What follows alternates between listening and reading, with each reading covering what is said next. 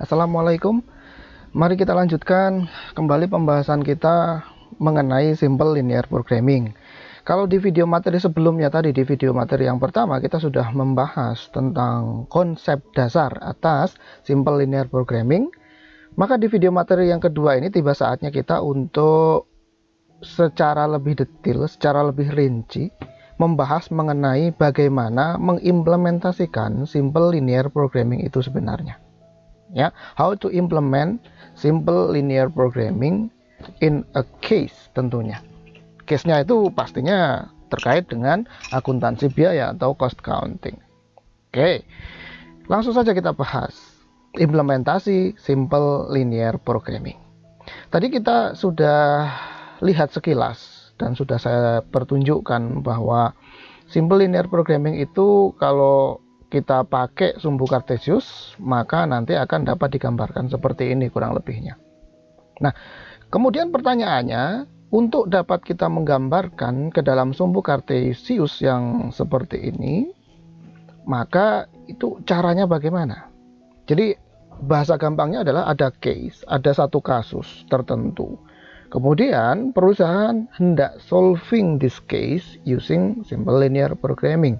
Tentunya kita perlu menggunakan media bantuan berupa sumbu kartesius seperti ini untuk drafting guna menentukan area-area tertentu, guna menentukan titik-titik tertentu, gabungan antara dua parameter atau variabel tertentu itu yang kemudian dapat memaksimalkan profit atau contribution margin atau meminimalkan cost-nya, yaitu total variable cost-nya, kan gitu. Itu yang hendak kita tuju.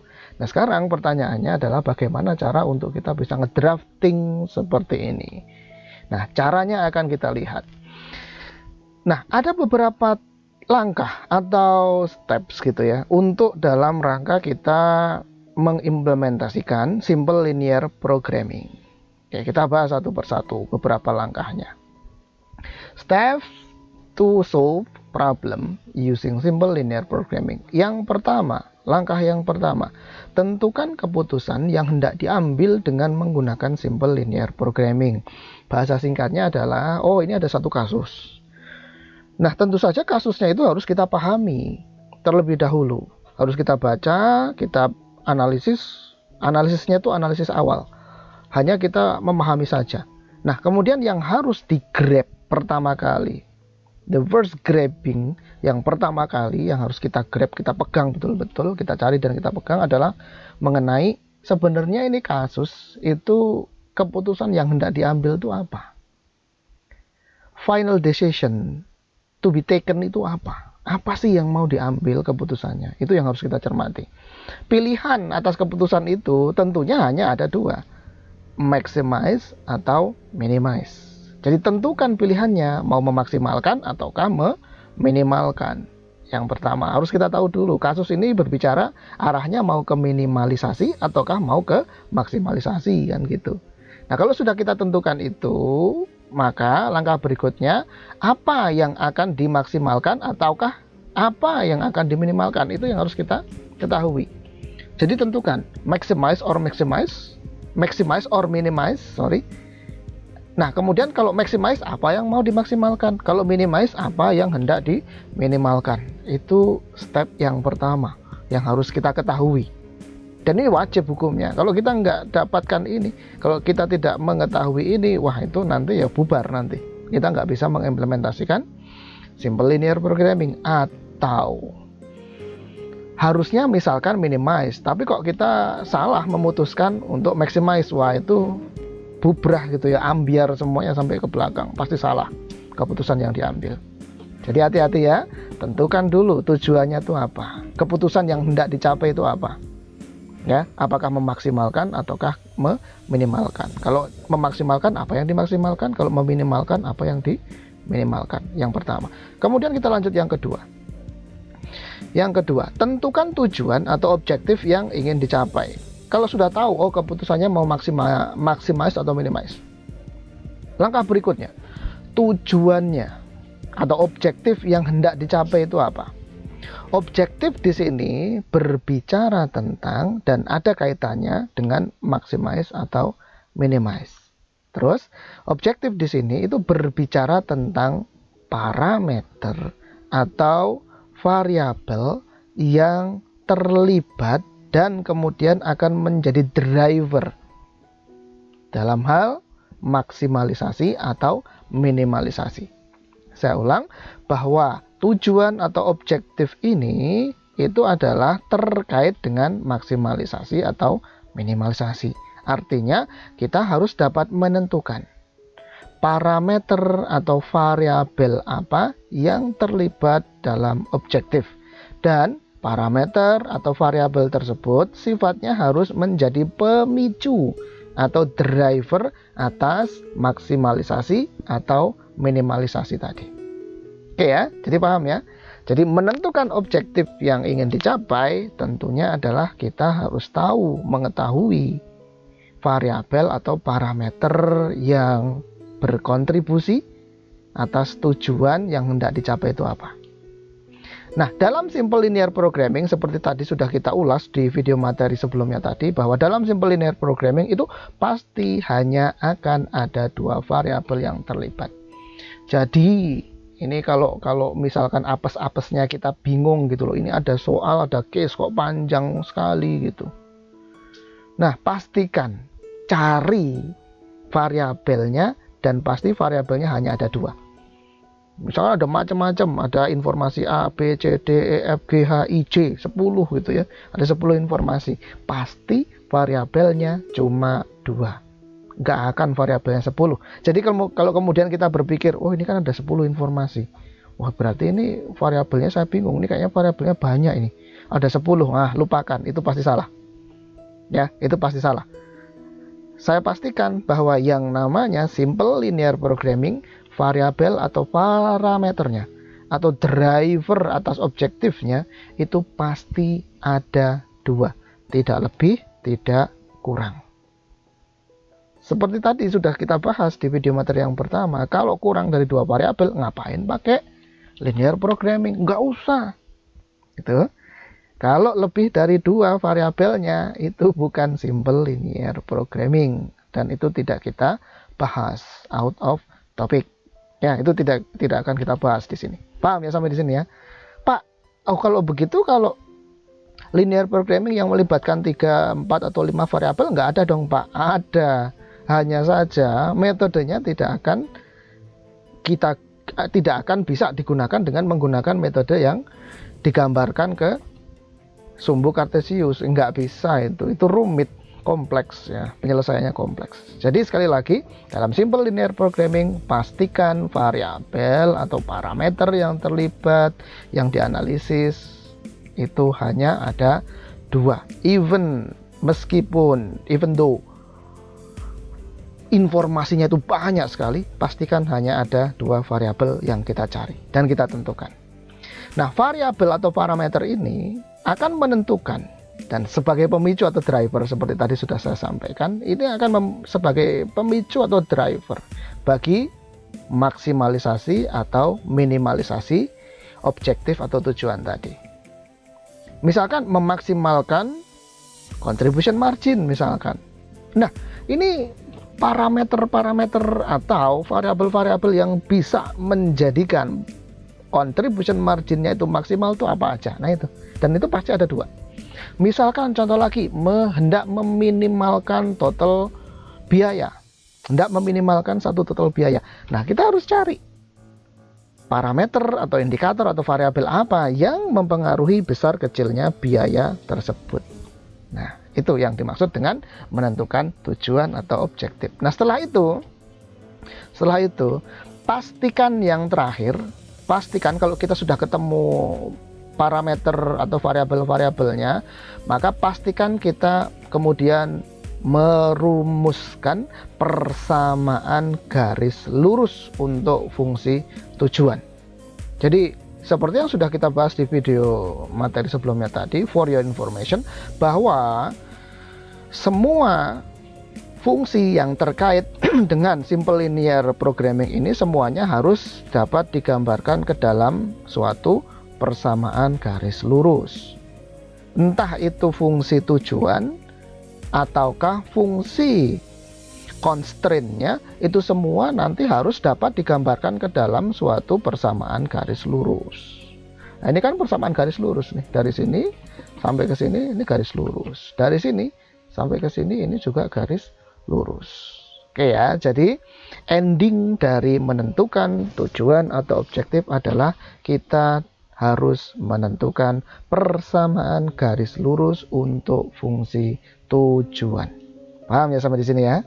Oke, itu yang kedua. Kemudian yang ketiga, kita masuk kepada langkah mengenai hal penting pokok mendasar yang kedua dalam simple linear programming, yaitu constraint atau batasan. Kan tadi sudah kita bahas di video materi yang pertama bahwa dua hal yang harus ada dan dibahas di dalam simple linear programming adalah yang pertama tujuan atau objektif, dan yang kedua adalah constraint atau batasan. Itu harus ada dua-duanya. Oke, nah sekarang di langkah yang ketiga kita menentukan batasan atau constraint. Constraint atau batasan ini bisa lebih dari satu. Seperti tadi sudah kita bahas di video materi yang pertama bahwa batasan atau constraint yang dihadapi oleh perusahaan atau unit bisnis dalam dia itu menjalankan proses bisnisnya itu banyak. Ya, itu banyak, enggak hanya satu atau dua. Nah, constraint-nya banyak, berarti lebih dari satu. Nah, itu semua harus kita analisis, harus kita ketahui, dan kemudian kita catat. Kita definisikan, oh constraint yang pertama ini, constraint yang kedua ini, constraint yang ketiga ini, dan seterusnya. Terus, jangan lupa juga untuk menuliskan non-negativity constraint. Apa itu Pak, non-negativity constraint? Non-negativity constraint itu maksudnya begini, bahwa kalau kemudian perusahaan itu berbicara tentang biaya, maka pertanyaan saya, mungkinkah biaya itu nilainya negatif? Misalkan gini, oh perusahaan PT ABC sudah mengeluarkan biaya. Biaya apa? Biaya depresiasi atau penyusutan. Besarnya berapa? Biaya penyusutannya negatif 1 juta. Logik nggak? Ya jelas pasti nggak logik. Gimana biaya atau beban penyusutan kok negatif? Maksudnya apa itu? Itu nggak make sense. Tidak masuk akal. Jadi yang namanya biaya itu pasti positif, ya pasti akan positif, lebih besar dari 0. Paham? Sama juga misalkan perusahaan furniture PT ABC menghasilkan meja dan kursi kayu, ya. Kemudian ketika ditanya berapakah kayu yang dipakai untuk menghasilkan kursi dan meja tersebut, dijawab, oh kayu yang dipakai, kayu yang saya pakai itu negatif 10 meter. Loh, gimana logikanya? Pakai kayu yang dipakai besarnya negatif 10 meter. Itu kan tidak masuk di akal gitu loh. Ya, paham ya? Nah, itulah yang disebut sebagai non-negativity constraint. Jadi biaya dan sumber daya yang dipakai itu pasti semuanya nilainya tidak mungkin negatif, atau dalam arti dia pasti nilainya di atas 0. Paham ya?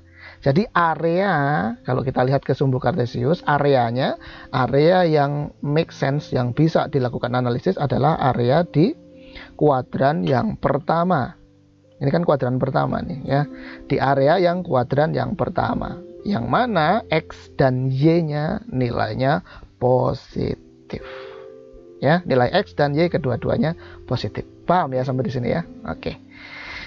Nah, itu non-negativity constraint. Nah, terus langkah yang terakhir setelah kita memahami constraint-nya apa saja, maka rumuskan persamaan garis lurus untuk fungsi batasan. Sama dengan ketika kita berbicara tentang objective function. Di dalam constraint function, endingnya kita juga harus merumuskan persamaan garis lurus untuk fungsi batasan. Oke, nah ini kan persamaan garis lurus. Nih sebagai contoh yang ini ya, ini adalah persamaan garis lurus. Ini juga persamaan garis lurus. Dan ini punya persamaan garis lurus. Misalkan yang ini, persamaan garis lurusnya bunyinya adalah 4x1 berarti x, 4x ditambah 3x2 berarti y. Jadi 4x ditambah 3y sama dengan 120. Ini persamaan garis lurus ini. Nah, kalau yang ini, persamaan garis lurusnya adalah X ditambah 2Y sama dengan 40. Ini persamaan garis yang ini. Dan semua fungsi yang ada dan akan dianalisis di dalam simple linear programming semuanya harus diwujudkan dalam bentuk persamaan garis lurus, entah untuk fungsi tujuan ataupun untuk fungsi constraint atau batasan. Ngerti ya sampai di sini ya? Oke, jadi ujung-ujungnya semuanya punya persamaan garis lurus. Setelah itu, langkah yang keempat, tentukan area yang memenuhi persyaratan constraint. Tentukan area yang memadai atau yang visible untuk dilakukan analisis simple linear programming. Dan area yang visible untuk dianalisis, area yang memadai dan memungkinkan untuk dianalisis, itu disebut sebagai visible area. Visible area, visible area. Ya, visible area. Bukan visible ya, pakai V gitu. V-I-S-I-B-L-E, bukan. Ini visible. Ya, visible area. Ini merupakan area yang mungkin untuk dilakukan analisis. Contohnya yang ini. Yang diarsir ini adalah area yang memungkinkan. Pak, kalau yang area yang di luar di sini ini apa, Pak? Ya ini nggak usah dianalisis karena ini out of topic ini. Out of boundaries, out of constraint. Kalau out of constraint ya nggak usah ngomong, itu tidak akan kita lakukan analisis. Yang akan dilakukan analisis hanyalah area yang berada di arsiran abu-abu ini. Ini adalah yang disebut sebagai visible area. Paham ya sampai di sini ya? Jadi nggak mungkin kita melakukan analisis di sini. Ya, nggak mungkin di area ini. Atau di kuadran kedua itu jelas nggak mungkin. Kuadran ketiga, kuadran keempat itu jelas nggak mungkin juga karena ada negatifnya. Sementara tadi kita sudah ketahui bahwasanya non-negativity constraint. Jadi area yang di sini semuanya. Hanya yang akan dilakukan analisis, hanya saja yang akan dilakukan analisis adalah hanya yang visible area yang ini. Area-area di luar visible area yang di sini, yang tidak diarsir ini, tidak usah dilakukan analisis. Oke.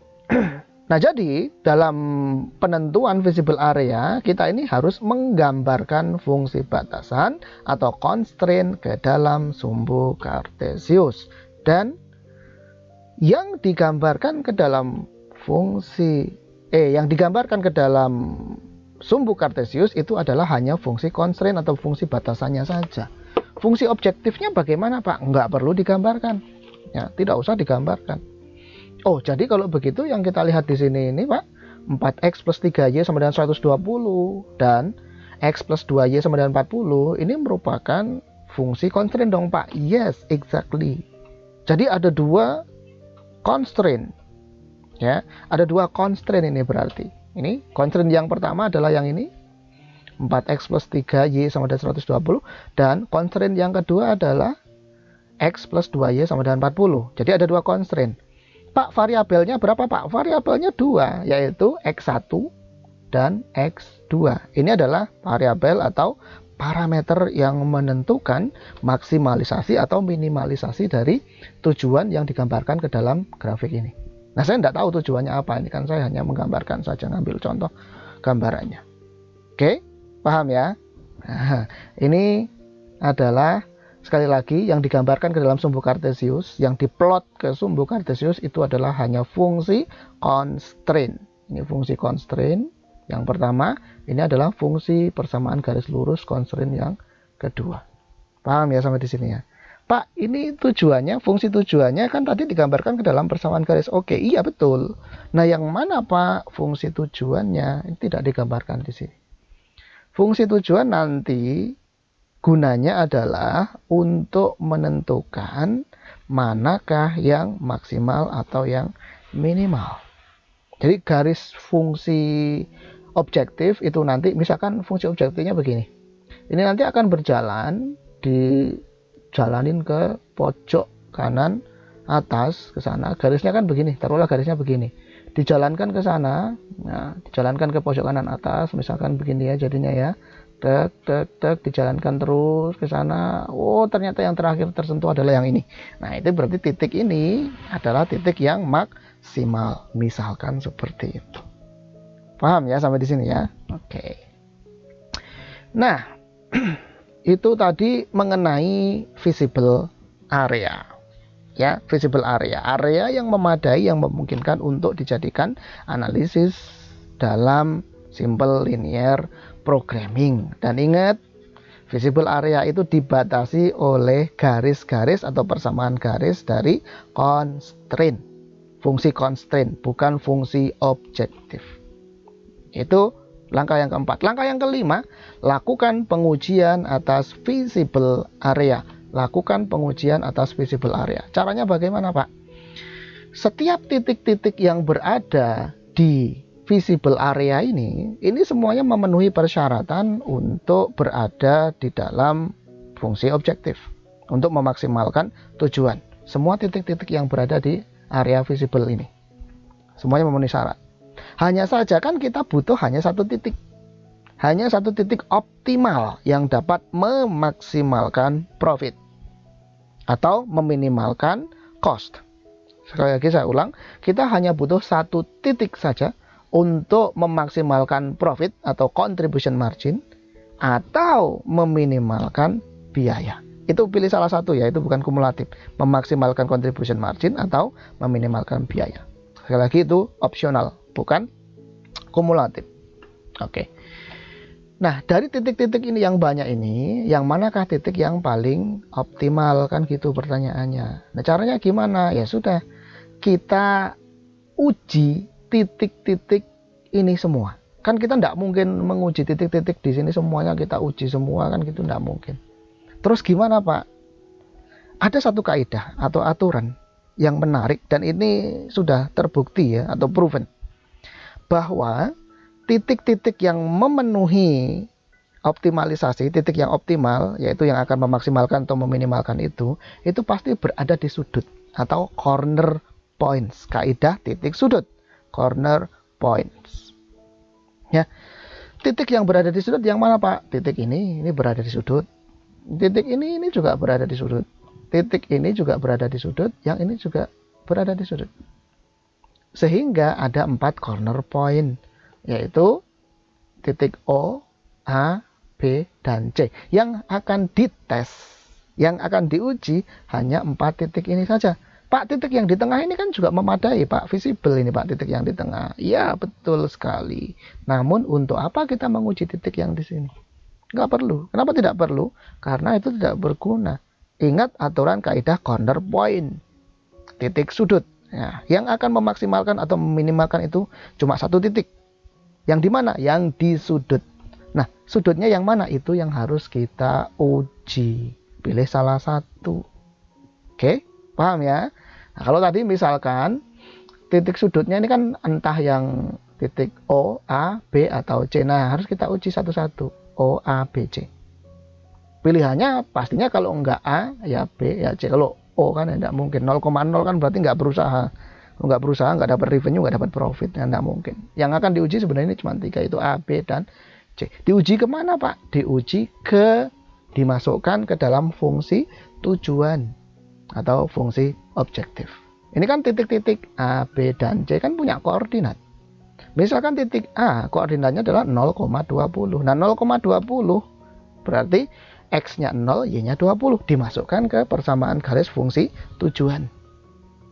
Sama juga yang titik B. Titik B adalah 24,8. X-nya 24, Y-nya 8. Dimasukkan ke fungsi objektif atau tujuan. Dicek hasilnya berapa. Yang terakhir yang ini juga sama. 30,0. Dimasukkan pula, dicek juga ke fungsi persamaan garis untuk tujuan. Hasilnya berapa? Nah, hasil dari A, B, dan C ketika sudah dimasukkan ke fungsi tujuan, kemudian dibandingkan. Dipilih. Kalau mau memaksimalkan ya dipilih yang paling tinggi. Kalau mau meminimalkan berarti dipilih yang paling kecil atau yang paling rendah. Paham ya sampai di sini ya? Oke. Jadi pengujian atas visible area dilakukan dengan pertama menentukan corner points. Ya, yang merupakan corner point. Corner point yang mana biasanya merupakan perpotongan. Ya. biasanya merupakan perpotongan atas semua garis constraint.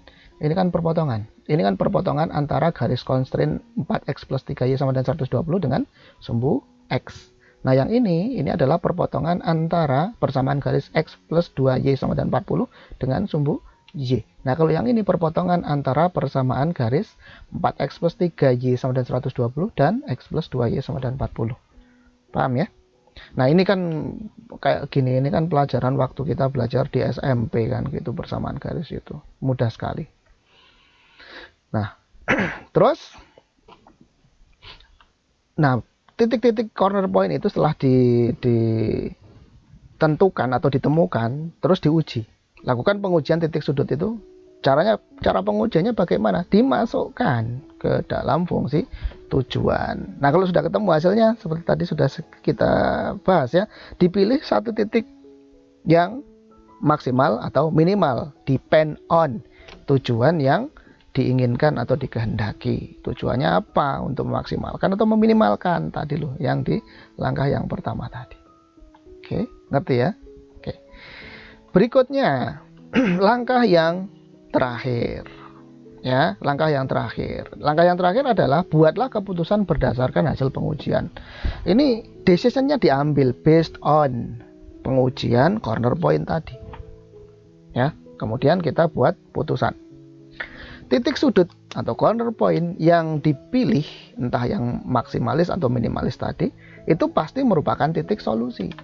Ya sudah, pakai itu. Pasti itu hasilnya adalah merupakan solusi atas case tersebut. Oke. Nah, titik-titik lain yang berada dalam visible area yang tapi merupakan non corner point. Jadi seperti titik ini. Ini kan berada di visible area tapi bukan corner point. Terus gimana? Ya, itu juga bisa masuk. Hanya saja itu bukan merupakan titik optimal solusi.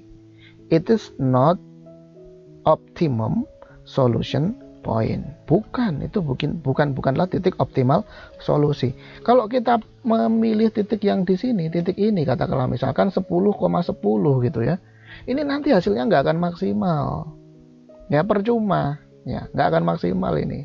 Ngapain kita milih titik yang di sini kan gitu. Kalau ini tidak optimal, maka profitmu nggak akan maksimal gitu.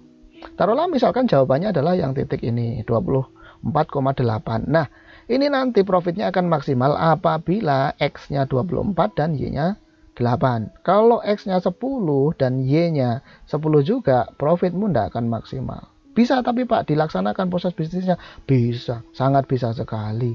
Hanya saja hasil profitmu nggak akan maksimal. Oke, ngerti ya? Oke.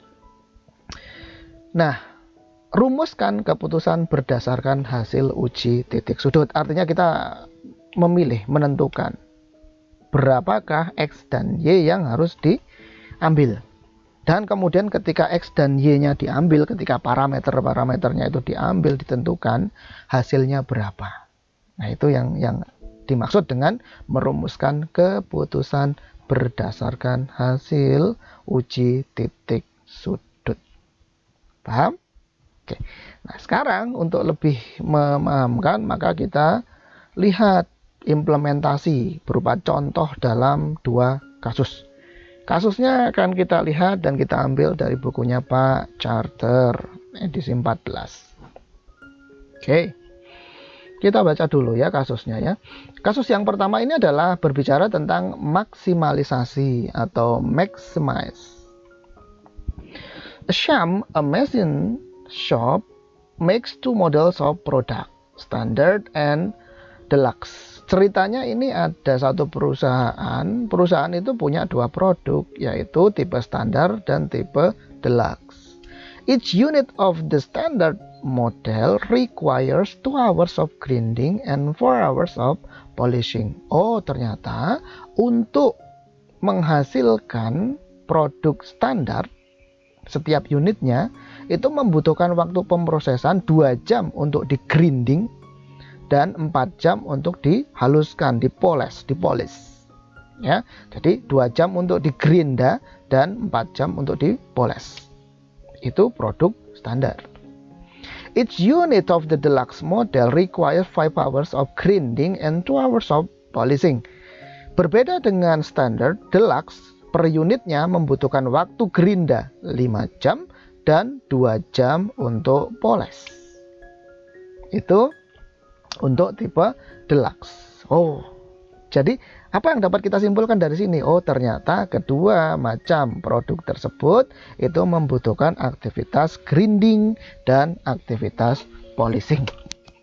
Kita sudah dari sini sebenarnya sudah bisa menebak bahwa nanti constraint-nya ini pasti grinding dan polishing, kan gitu. Ya, ini tebakan kita awalnya. Tapi tidak apa-apa, kita lanjutkan dulu memahaminya. The manufacturer has 3 grinders and 2 polishers. Jadi perusahaannya ini memiliki 3 gerinda dan 2 poles, mesin poles. Ya, memiliki 3 mesin gerinda dan 2 mesin poles. So, each 40-hour work week provides 120 hours of grinding capacity and 80 hours of polishing capacity. Sehingga dalam 1 minggu, ini batasannya berarti 1 minggu ya. Dalam 1 minggu kerja, 40 jam. 1 minggu kalau 5 hari kerja, berarti kan setiap hari kerjanya selama 8 jam. Sehingga 8 kali 5 sama dengan 40 jam. Nah, dalam 1 minggu itu, maka 120 jam untuk grinding. Mesin gerindanya akan beroperasi selama 120 jam. Loh Pak, kok 120 jam gitu? Nah, ini kan 40 jam per minggu. Kan gitu. Sementara mesin gerindanya tadi kan punya 3.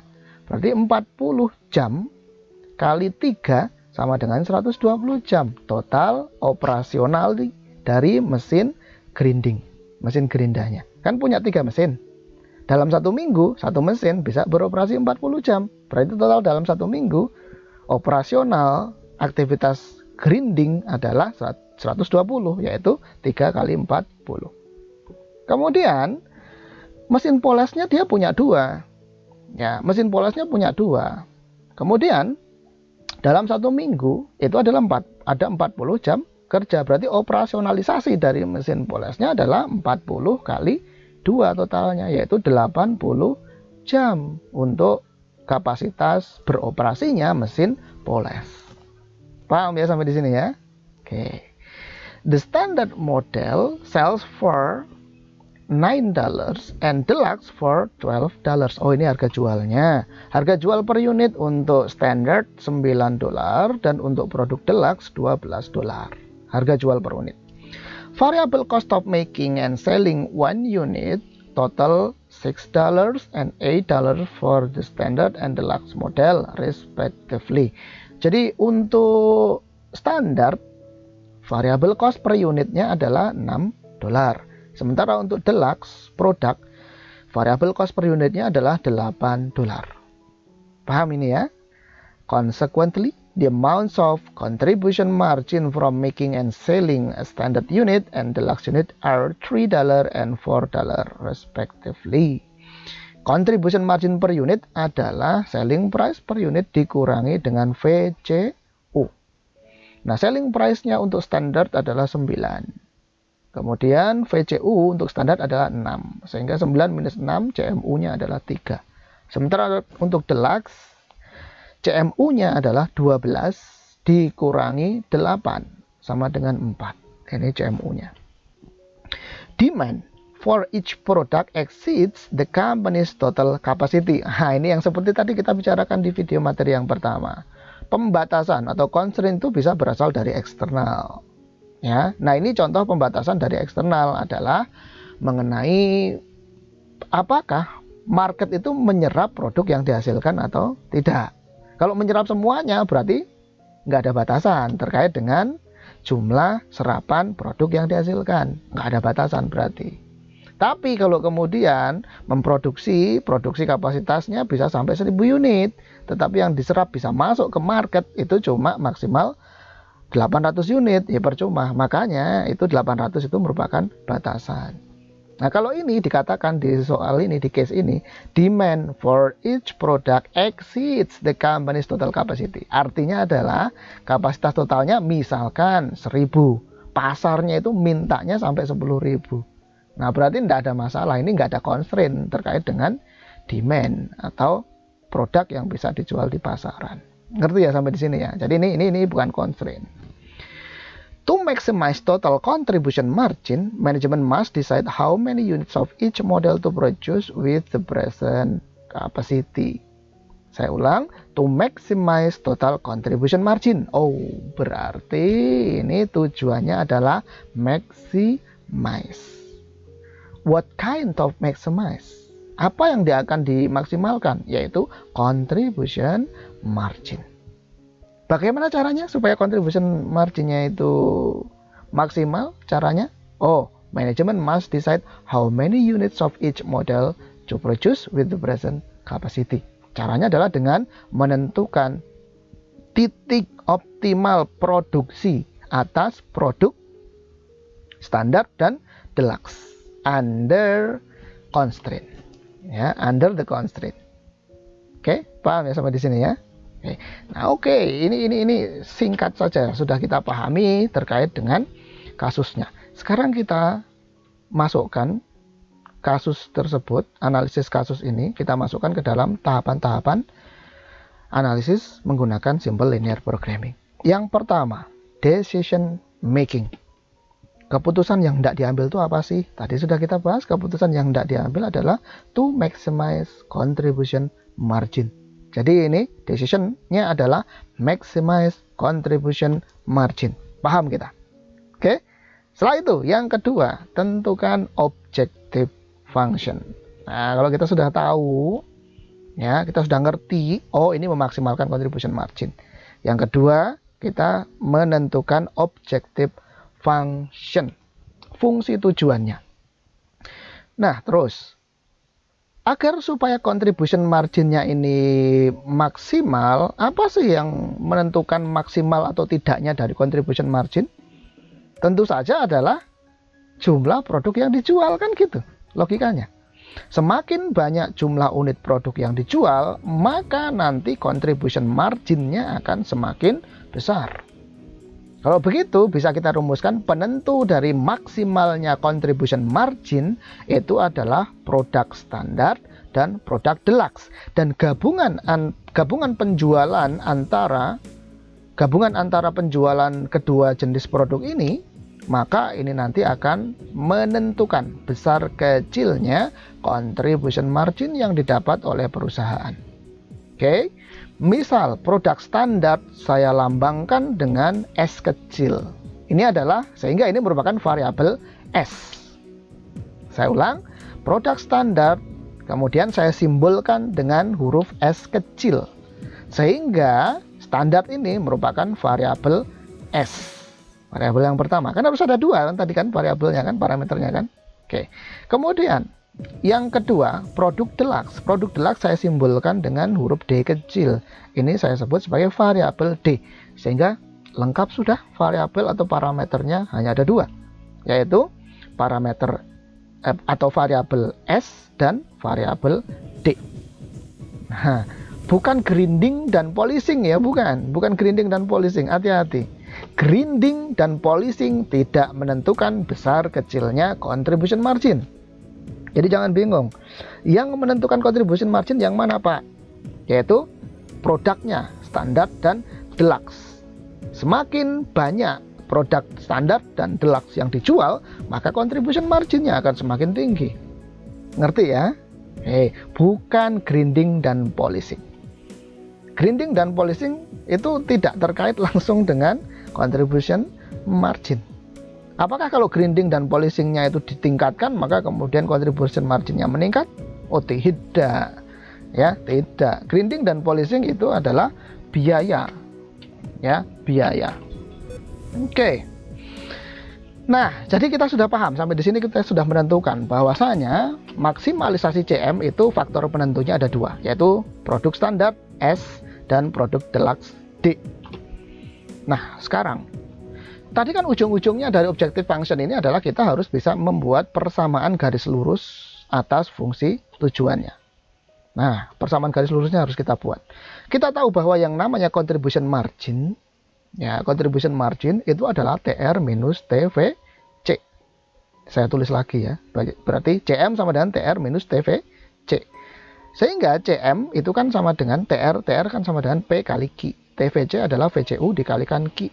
Kemudian kalau kita singkat dengan apa namanya itu operasi matematika, maka CM itu sama dengan P minus VCU dikalikan Q. Atau simpelnya, maka CM, total CM adalah P kali Q. Ya, atau P minus VCU itu kan CMU kan gitu ya.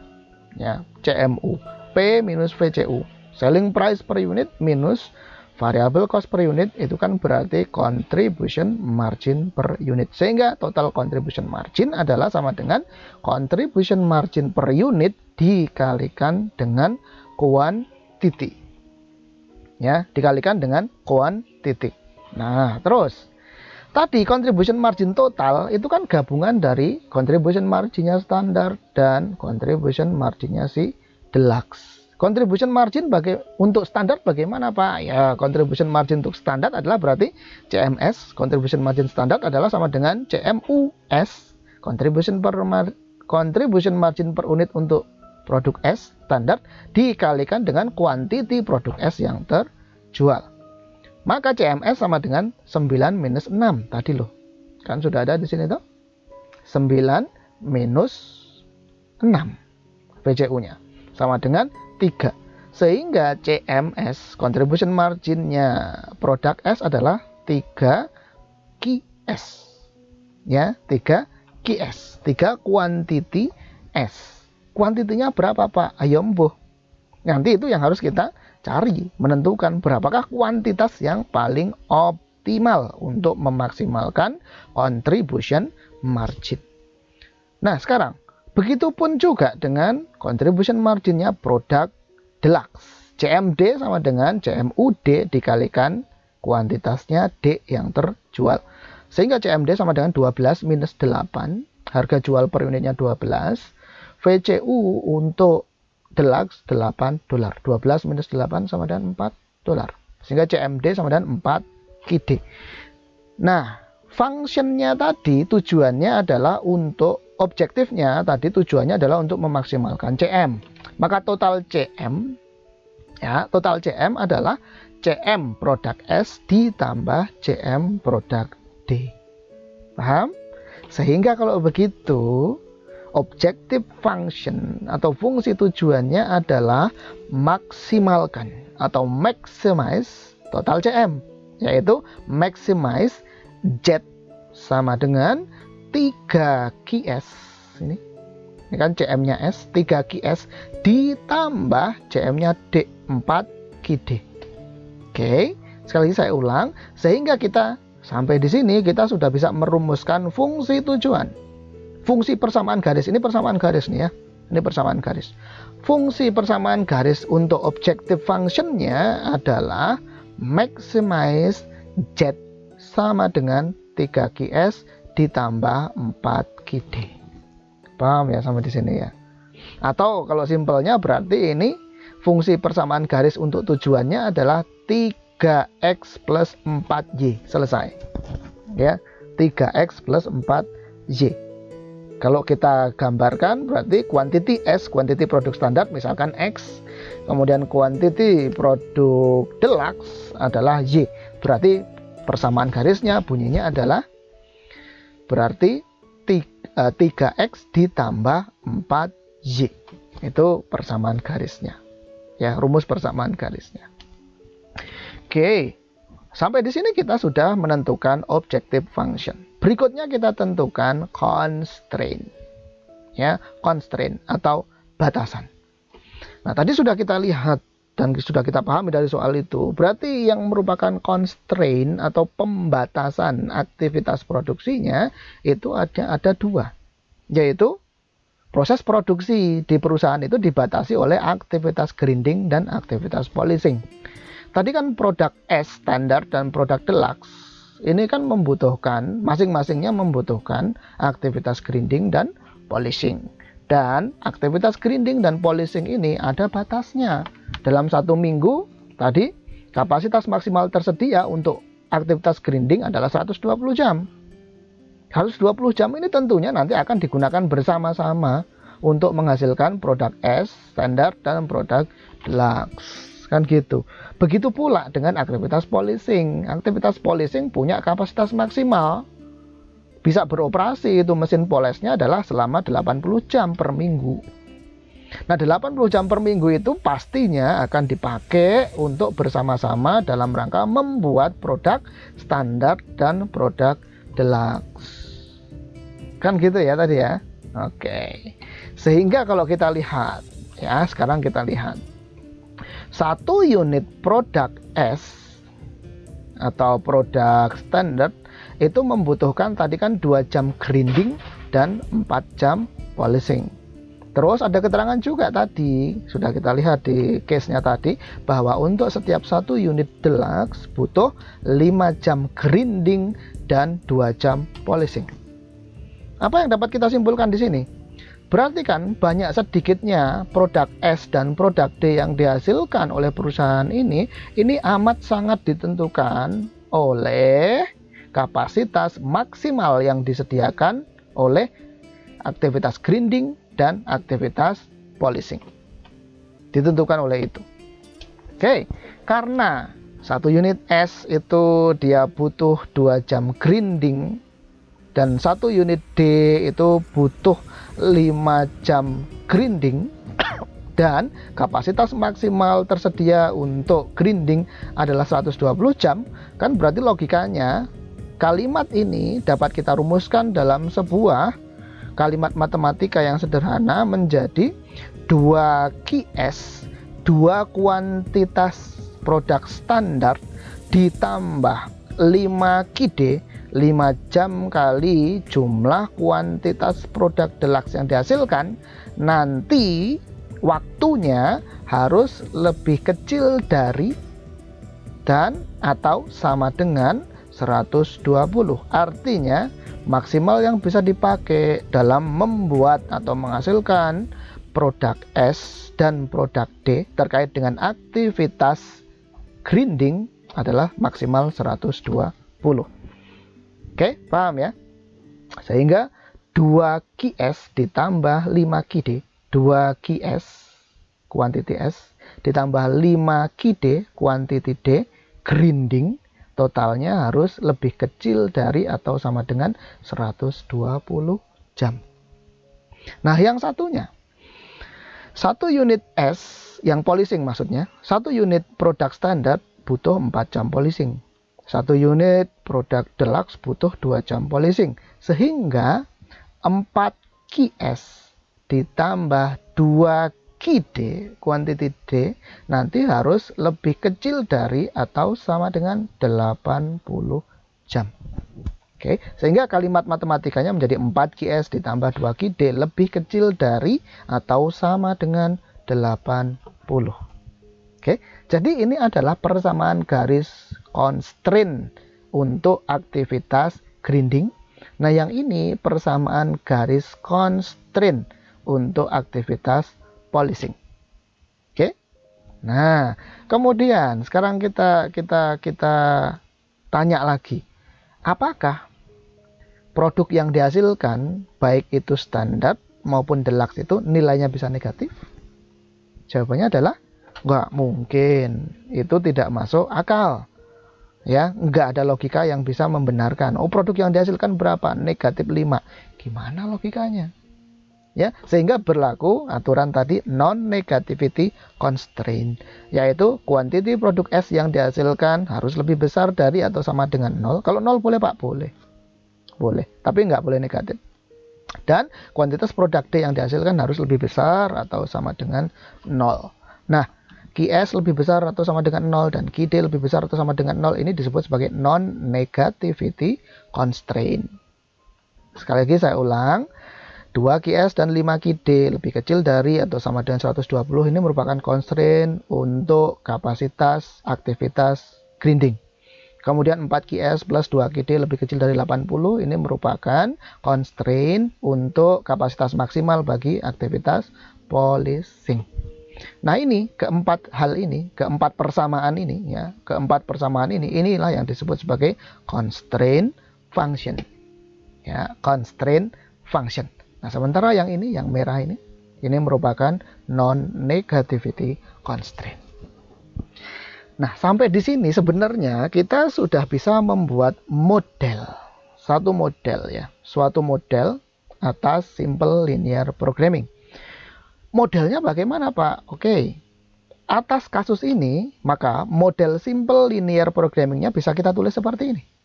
Maximize Z sama dengan 3S plus 4QD subject to 2QS plus 5QD lebih kecil dari atau sama dengan 120, 4QS plus 2QD lebih kecil dari atau sama dengan 80, QS lebih besar dari atau sama dengan 0, QD lebih besar dari atau sama dengan 0. Inilah yang disebut sebagai model of simple linear programming. Simple linear programming model. Oke? Paham sampai di sini ya? Nah, ini model simple linear programming ini sejatinya memberikan informasi kepada kita bahwa yang namanya simple linear programming itu intinya cuma bahas dua hal tok loh. Dua hal aja. Yaitu yang pertama adalah berbicara tentang objektif. Ini adalah objektifnya. Kemudian yang kedua berbicara tentang constraint atau batasannya. Seperti tadi yang sudah kita bahas di video materi yang pertama bahwa penggunaan simple linear programming dalam akuntansi biaya itu sebenarnya yang dibahas cuma dua hal saja, yaitu objektif dan constraint. Nah, ini sudah kita rumuskan, terrefleksikan di dalam model of simple linear programming yang seperti ini. Oke, paham ya? Ini semuanya kan berbentuk persamaan garis ini. Ya, berbentuk persamaan garis dan kemudian variabel atau parameternya itu cuma ada dua, yaitu QS dan QD, X dan Y. Kalau begitu kita bisa solving, Pak, ini masalahnya. Bisa sekali. Ya. Kita lanjutkan. Setelah kita bisa menggambarkan atau menentukan atau membuat model of simple linear programming atas satu kasus tertentu, maka kemudian kita harus drafting tentunya. Harus ngedraft, harus menggambarkan ke dalam sumbu kartesius. Kalau kita sudah menggambarkan, kita tahu mana titik-titiknya, mana visible areanya, mana titik-titik yang memadainya, kita ngerti di situ dan kita bisa lakukan analisis lebih lanjut. Oke, kalau begitu kita masuk ke langkah yang keempat, visible area. Kita mau menentukan manakah area yang visible yang bisa dijadikan dasar atau sumber untuk melakukan analisis simple linear programming. Oke, sekarang andaikan quantity S itu saya lambangkan sebagai X. Kemudian quantity of D atau deluxe product quantity itu saya lambangkan dengan Y. Sekali lagi saya ulang. Quantity of product standard saya lambangkan X dan quantity of product deluxe saya lambangkan Y. Maka kan yang digambarkan ke dalam sumbu kartesius ingat tadi adalah hanya fungsi constraint ya. Ya, yang digambarkan ke dalam sumbu kartesius itu adalah hanya fungsi constraint kan gitu. Fungsi objektifnya digambarkan nggak, Pak? Nggak perlu, nggak usah. Maka yang ini, fungsi constraint yang dua ini dapat saya gambarkan atau saya ubah menjadi kalimat matematikanya menjadi 2x plus 5y sama dengan 120 kan gitu. Ini persamaan garis untuk constraint yang pertama, yaitu constraint grinding activity. Kemudian yang ini menjadi 4x plus 2y sama dengan 80. Loh, Pak, kok ini jadi sama dengan? Ini tidak ada masalah, kan kita mau menentukan persamaan garis kan gitu. Oke, 4x plus 2y sama dengan 80. Oke, paham sampai di sini? Kalau kita menggambarkan garis, maka kita butuh minimal 2 titik. Baru kita bisa membuat garis. Dulu ingat pelajaran di SMP, apa sih yang dimaksud dengan garis? Garis adalah kumpulan dari titik. Yang namanya kumpulan itu pasti nggak hanya satu, minimal ada 2. Sehingga kalau kita butuh untuk ngedraft garisnya itu seperti apa, maka kita minimal butuh 2 titik. Ya, sehingga dapat disebut sebagai garis. Oke. Nah, dua titiknya gimana Pak? Yo gampang, tinggal titik perpotongan ke sumbu X dan titik perpotongan ke sumbu Y. Oke, ketika X-nya 0 berarti Y-nya adalah 24 kan gitu. Sehingga akan memotong sumbu Y di titik 0,24 kan gitu. Kemudian andaikan Y-nya 0 Pak, berarti X-nya berapa? Oh, berarti 120 bagi 2 sama dengan 60. Berarti akan memotong sumbu X di titik 60,0. Ini yang constraint grinding activity. Bagaimana dengan constraint polishing activity? Persamaan garisnya 4X plus 2Y sama dengan 80. Motong sumbu X, ya, memotong sumbu X berarti kalau dia memotong sumbu X, kalau X-nya 0 gitu ya, X-nya 0, dia memotong sumbu X, X-nya 0 berarti Y-nya sama dengan 80 dibagi 2 sama dengan 40. 0,40. Oh, ini memotong sumbu Y. 0,40 berarti 40-nya di atas. Memotong sumbu Y. Memotong sumbu Y berarti X-nya 0. Oke. Kemudian memotong sumbu X berarti Y-nya 0. Maka 80 dibagi 4 sama dengan 20. Sehingga 20,0. Ini titik potong di sumbu X 20,0. Nah, ketika kita sudah menemukan ini ya, menemukan garisnya, titik-titik perpotongan dengan sumbu X dan sumbu Y-nya sudah kita ketemukan, maka kita bisa ngeplotting garisnya. Nah, ini ternyata garisnya seperti ini. Ini yang grinding activity. Tadi 60,0 dan 0,24 ini yang grinding. Garis grinding constraint 2X plus 5Y sama dengan 120. Kemudian ini yang garis untuk aktivitas polishing. Ya, garis untuk aktivitas polishing yaitu 4X plus 2Y sama dengan 80. Memotong sumbu X di titik 20, memotong sumbu Y di titik 40. Oke. Kalau kita lihat di sini, ya, ini kan ada titik perpotongan. Ya, ada titik perpotongan. Tapi sebelum kita menentukan titik perpotongan yang ini, ya, sebelum kita menentukan titik perpotongan yang ini, maka kita perlu lihat dulu visible areanya. Ya, tadi kan persamaan garisnya adalah 2X plus 5Y lebih kecil dari atau sama dengan 120. Oke. Berarti kalau ini semuanya berarti lebih kecil dari ya atau sama dengan. Berarti kalau lebih kecil dari atau sama dengan, maka berada di kiri bawah dari garis. Kan gitu dulu aturannya kan, waktu kita belajar persamaan garis di zaman SMP. Maka area yang memungkinkan untuk aktivitas polishing itu adalah kiri bawah. Kiri bawah itu kan berarti ke sini. Ya, ke sini. Ini kiri bawah. Yang di atasnya di sini, di atasnya sini, ini bukan area yang visible. Ngerti ya? Oke, berikutnya untuk aktivitas grinding. Tadi lebih kecil dari atau sama dengan. Berarti ini juga kiri bawah. Berarti kiri bawah ke sini, sini, sini, sini, sini, sini juga. Oke. Berarti visible area itu harus memenuhi semua syarat yang dipersyaratkan oleh constraint A, constraint polishing, dan constraint B, grinding. Taruhlah misalkan seperti itu. Itu baru disebut visible area. Pak, kalau di area yang di sini, ini visible area atau bukan? Bukan, ini bukan visible area. Kenapa? Karena ini memenuhi persyaratan untuk aktivitas polishing, tapi tidak memenuhi persyaratan untuk aktivitas grinding. Sama juga dengan yang di sini. Titik yang berada di sini, misalkan berapa ini? 30,5 gitu misalkan. Titik 30,5 yang berada di sini. Ini juga bukan visible area. Kenapa, Pak?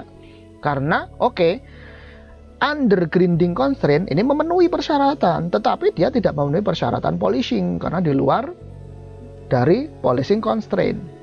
Ngerti ya? Berarti yang memenuhi persyaratan visible area adalah titik-titik yang berada di area yang diarsir ini, yang di sini, yang area abu-abu ini. Inilah yang disebut sebagai visible area. Misalkan titik 10,10 yang di sini, nah ini visible area kan gitu. Misalkan titik 5,5 di sini, ini juga masuk ke visible area. Ya, misalkan titik 5,20 di sini, ini juga masuk visible area. Tapi apakah kemudian itu nanti akan kita uji, nggak usah. Yang akan diuji adalah hanya titik-titik yang berada di sudut atau corner point. Titik-titik yang berada di sudut yang mana, Pak? Oh, ada 4, yaitu titik O 0,0, kemudian titik B, ya, titik B ini 0,24, kemudian titik D yang ini 20,0 dan titik C. Loh, titik C berapa, Pak? Titik C adalah 10,20. Ini dari mana, Pak? Kok bisa ketemu titik C? Gampang, ini pelajaran waktu SMP. Tinggal kita lakukan perhitungan perpotongan kedua garis constraint grinding dan polishing, yaitu kan berarti ini kita bisa tulis ulang menjadi 4x plus 10y sama dengan 240, dan ini 4x plus 2y sama dengan 80. Maka operasi matematika kita lakukan pakai metode eliminasi aja yang gampang, maka ketemu y-nya sama dengan 20 dan x-nya 10, sehingga titik koordinatnya adalah titik perpotongan antara grinding constraint dan polishing constraint adalah 10,20. Nah, ini 10,20. Oke, lengkap sudah. Berarti simpulannya adalah di langkah yang keempat ini kita bisa menentukan visible area. Visible areanya yang mana? Yaitu bidang apa nih? Titik A ini berarti ya, bukan titik O. Berarti visible areanya adalah titik A, B, C, D. Ini adalah visible areanya. Bidang A, B, C, D. Ini visible areanya. Nah, kemudian terdapat 4 corner points. Ada 4 corner points, yaitu titik A 0,0, titik B 0,24, titik C 10,20 dan titik D 20,0. Ini corner points-nya. Yang inilah yang nanti akan kita uji. Oke, sampai di tahapan yang keempat kita sudah dapat mengetahui visible areanya.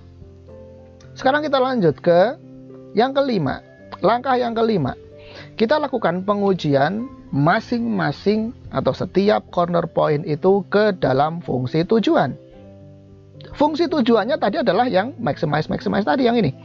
Z sama dengan 3GS plus 4GD, atau Z sama dengan 3X ditambah 4Y. Ya, maka Z sama dengan 3X ditambah 4Y. Oke, kita uji titik A 0,0, kita masukkan ke sini, Z-nya ya jelas 0.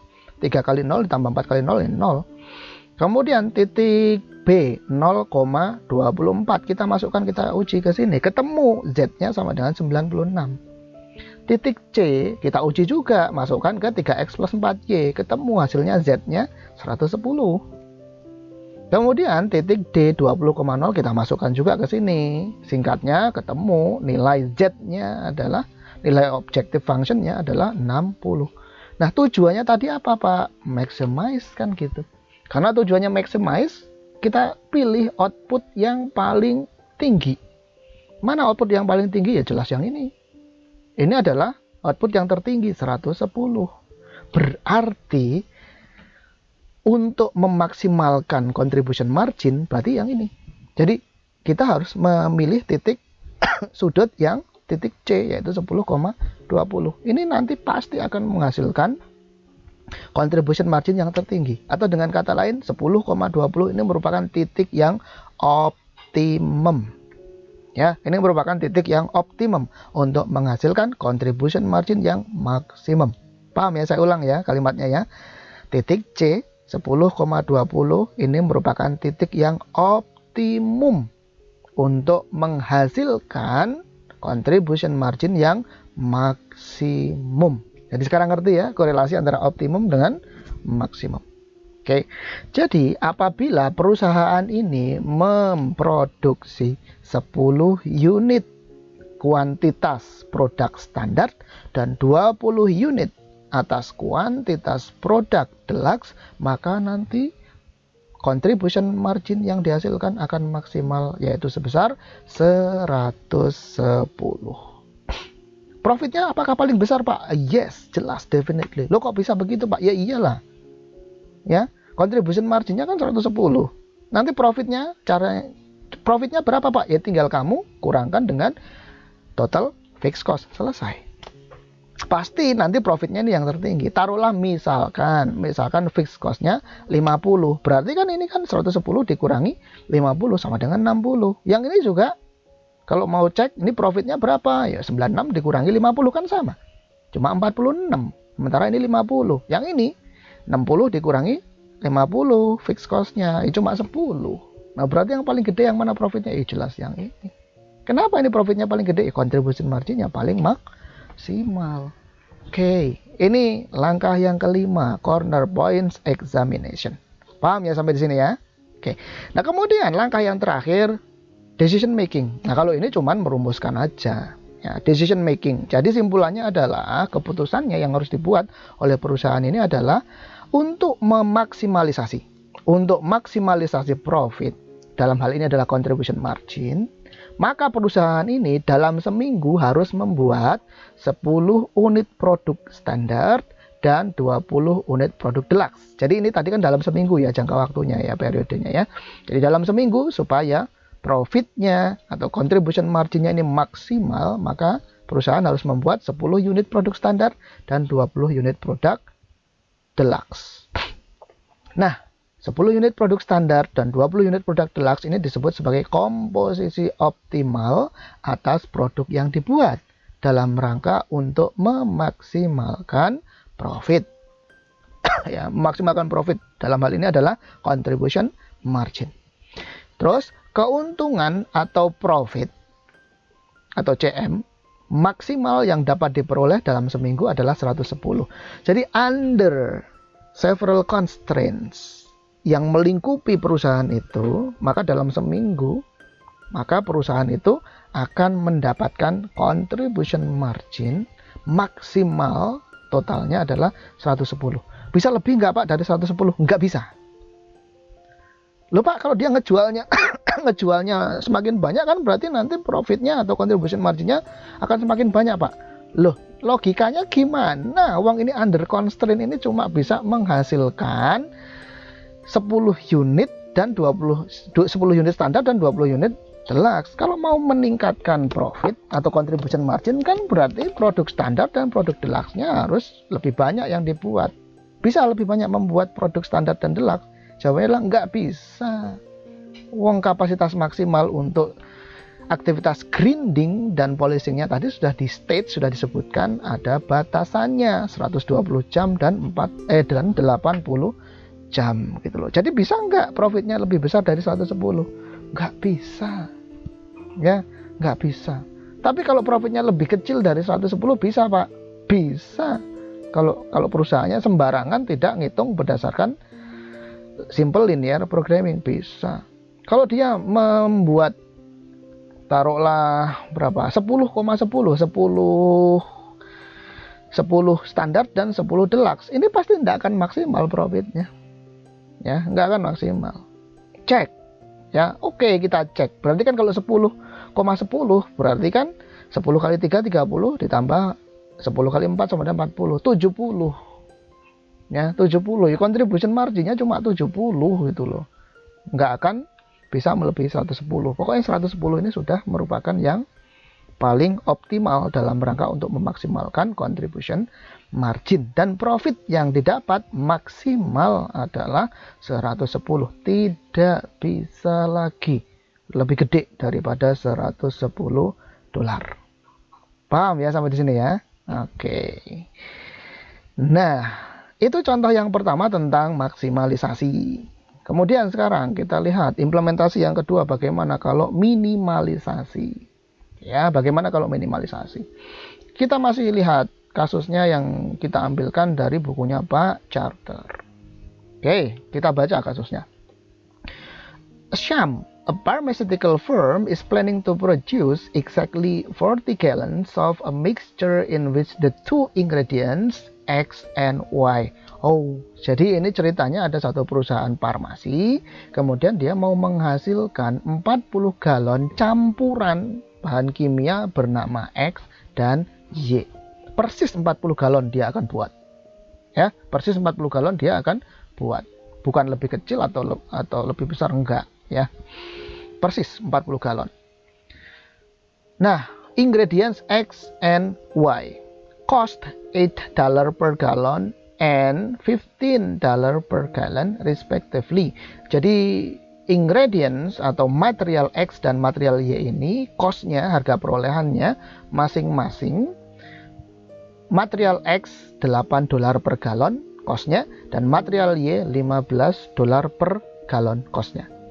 No more than 12 gallons of X can be used.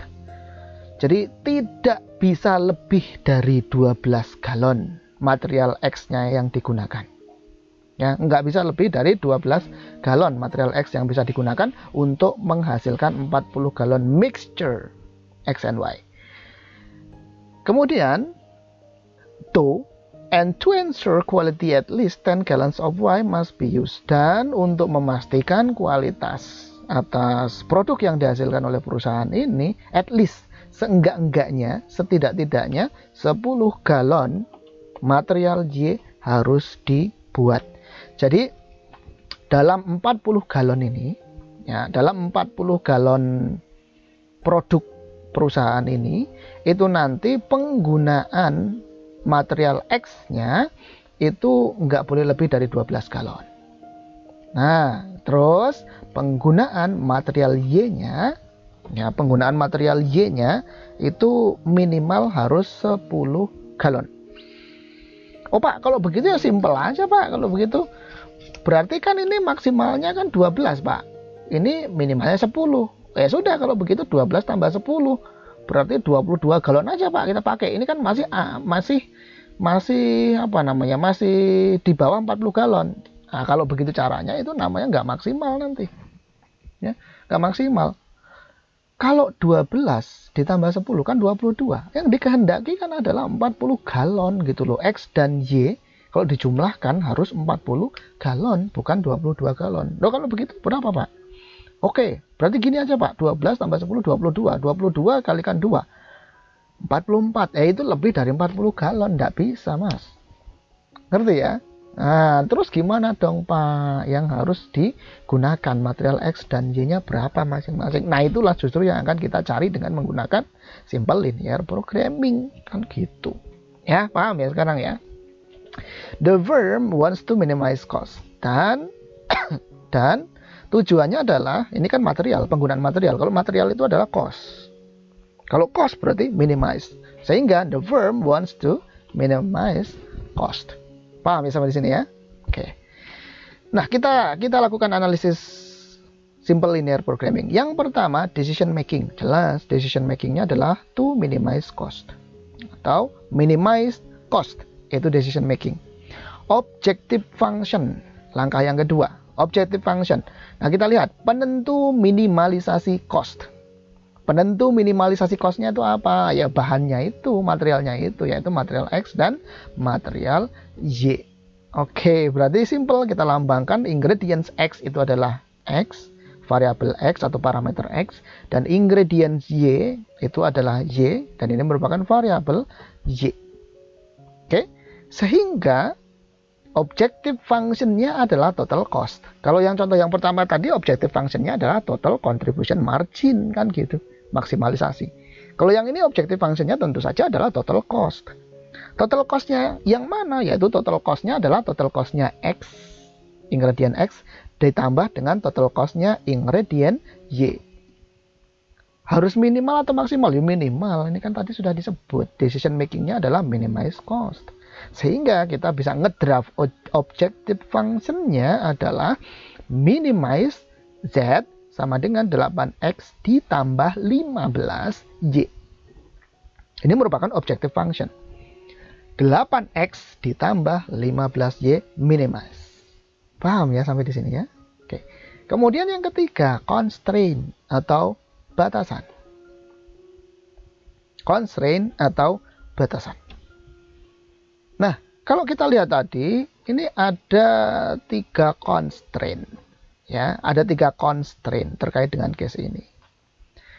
Yang pertama adalah constraint pemakaian ingredient X, yaitu tidak boleh lebih dari 12 galon.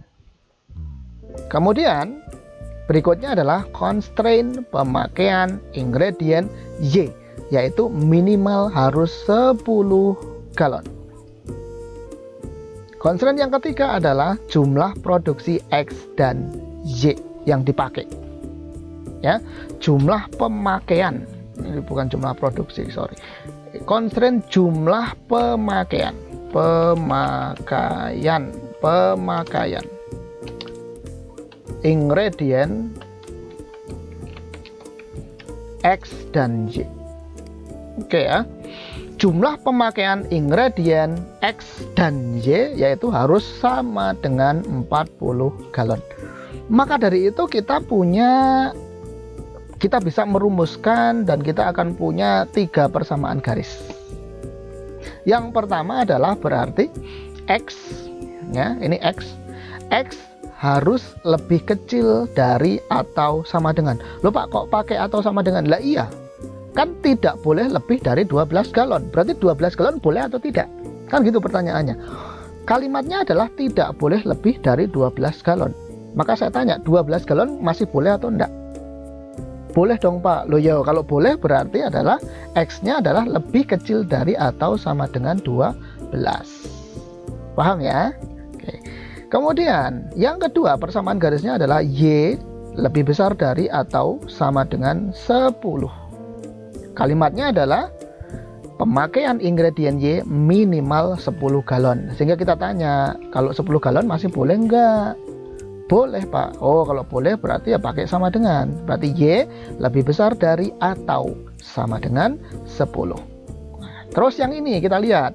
Constraint pemakaian ingredient X dan Y. Constraint jumlah pemakaian ingredient X dan Y yaitu 40 galon. Tadi disebutkan di sini. Ya.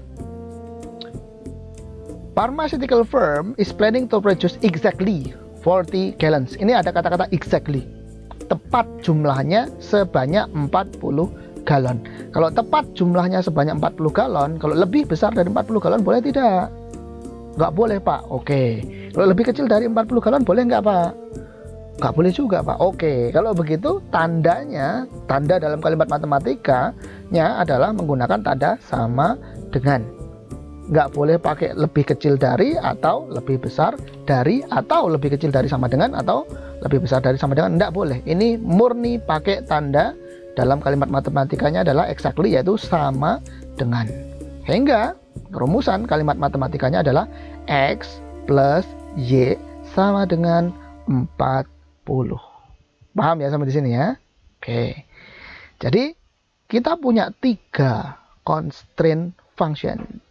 X lebih kecil dari sama dengan 12, Y lebih besar dari sama dengan 10, X plus Y sama dengan 40.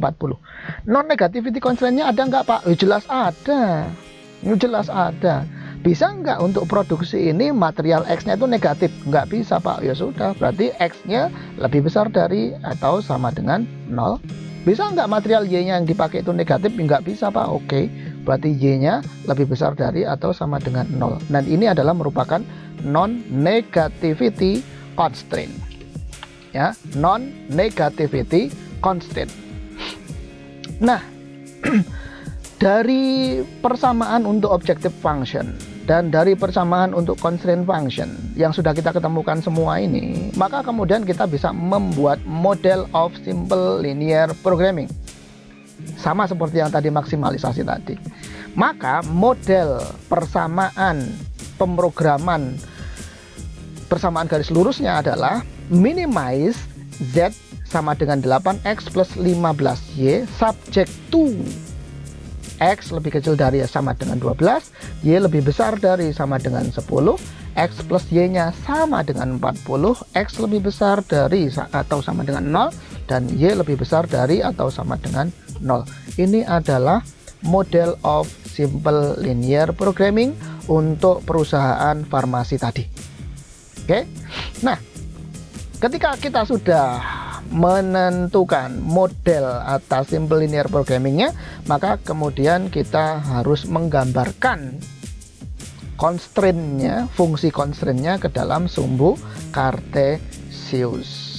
Oke, berarti yang akan kita gambarkan constraint-nya yang mana aja? Jelas yang ini, 3 constraint ini, 3 persamaan garis ini yang akan kita gambarkan ke dalam sumbu Cartesius. Maka persamaan garis yang pertama adalah X lebih kecil dari sama dengan 12 ya, X lebih kecil dari sama dengan 12. Persamaan garis yang kedua, Y lebih besar dari sama dengan 10.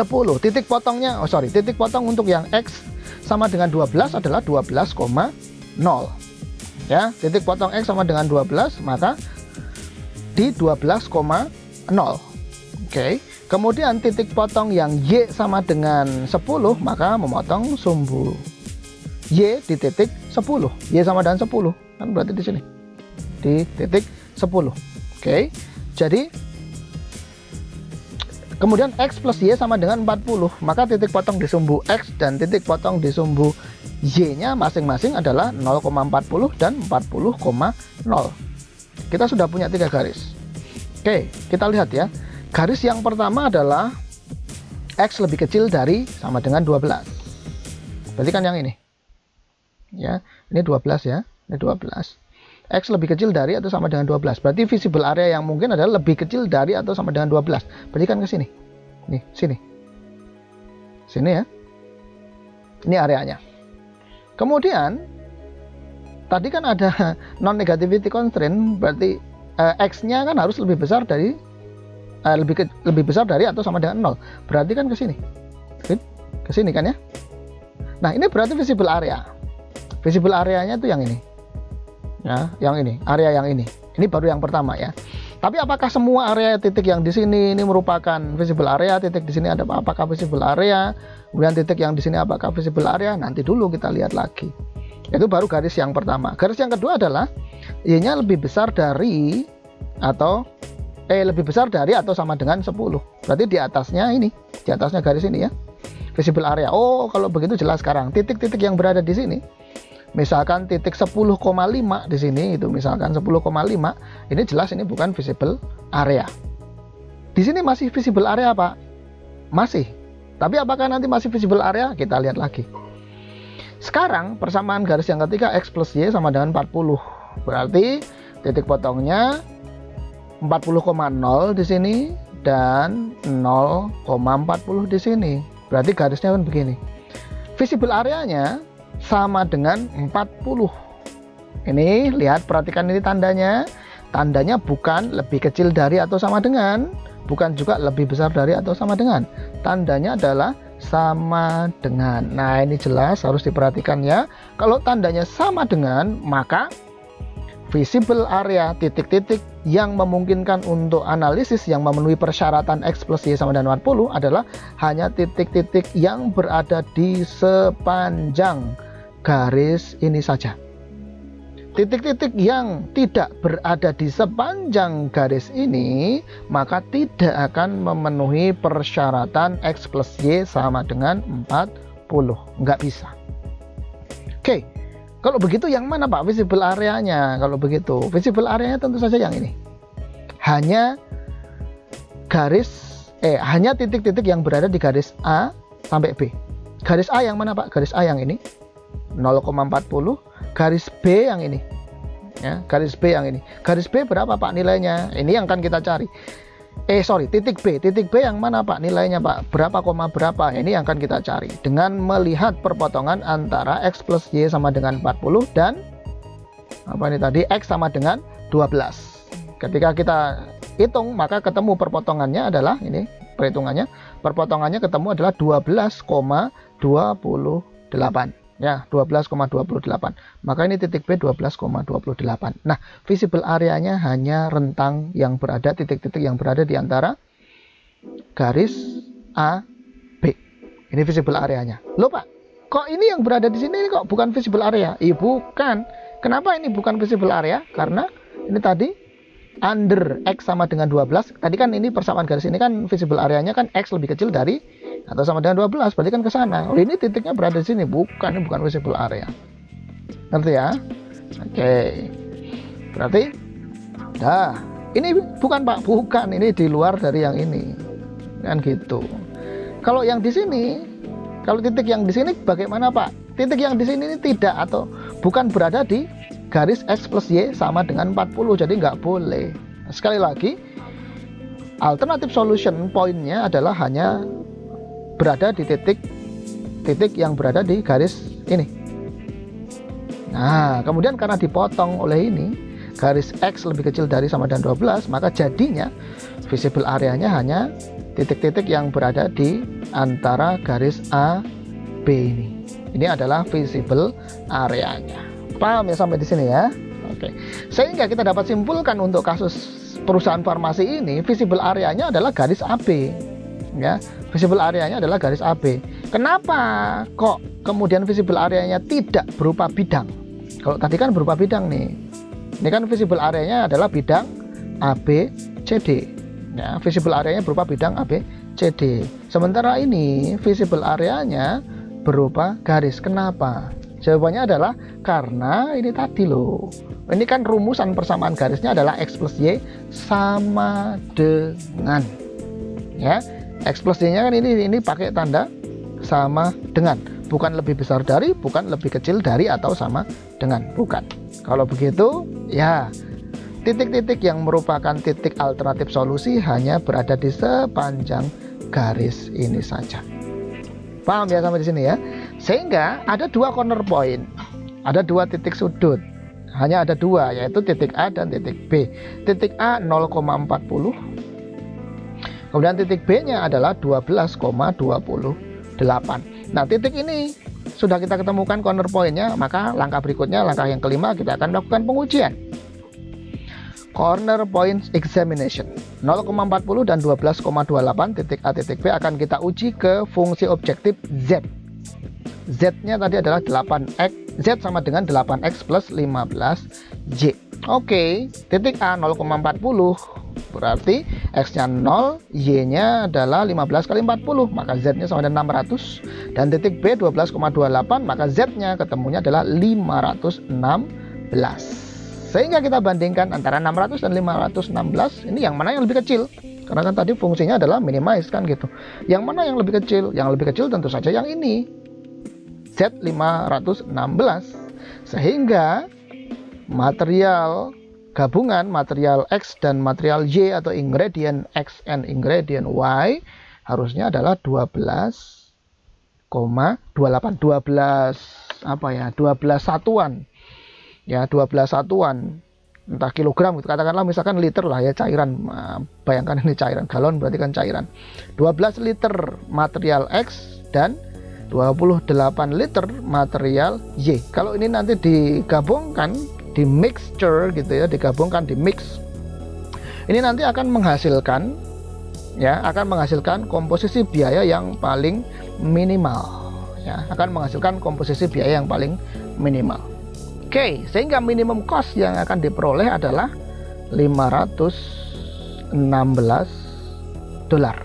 Pertanyaannya, bisa nggak biayanya ditekan lagi sampai lebih kecil dari 516? Jawabannya adalah nggak bisa ya, tidak akan bisa. Paham ya sampai di sini ya? Oke. Kemudian decision making. Nah, ini kita rumuskan yang terakhir, step yang keenam kita rumuskan decision making. Jadi keputusannya manajemen di perusahaan farmasi ini adalah untuk minimalisasi cost. Dalam hal ini pasti variable cost ya. Ini tidak terlibat nih fixed cost-nya. Untuk meminimalisasi cost, maka perusahaan harus menggunakan 12 galon. Ya, 12 galon ingredient X dan 28 galon ingredient Y.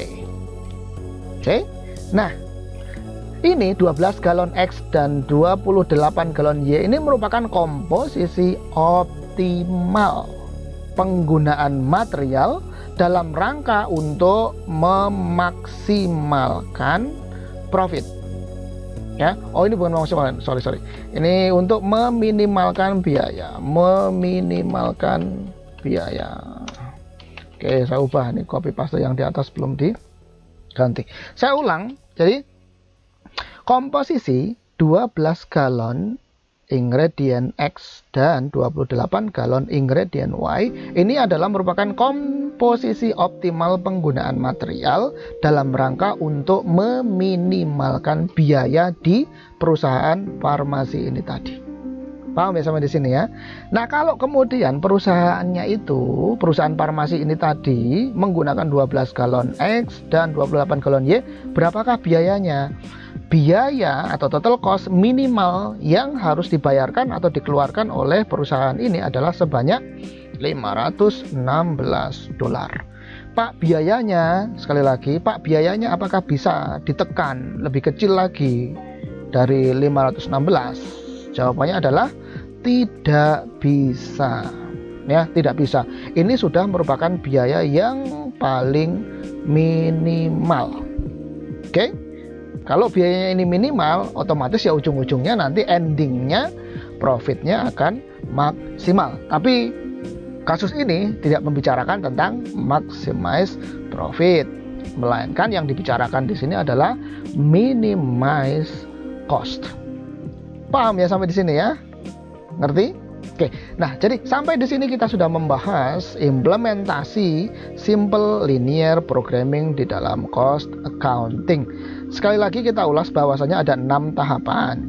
Ya, mulai dari penentuan decision making sampai dengan yang terakhir perumusan decision makingnya.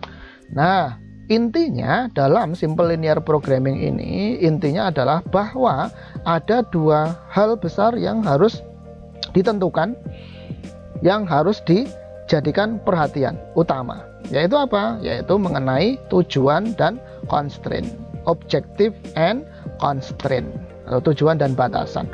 Simpelnya kalau kita mau ringkas lagi, yang namanya linear programming itu intinya kita disuruh untuk menentukan dan membuat model of simple linear programming yang seperti ini.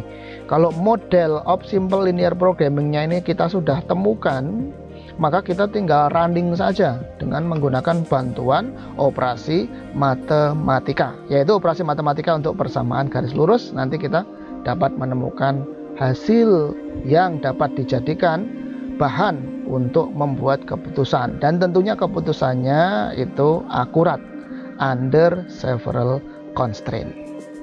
Oke, kalau begitu sudah selesai pembahasan kita mengenai simple linear programming di dalam cost accounting.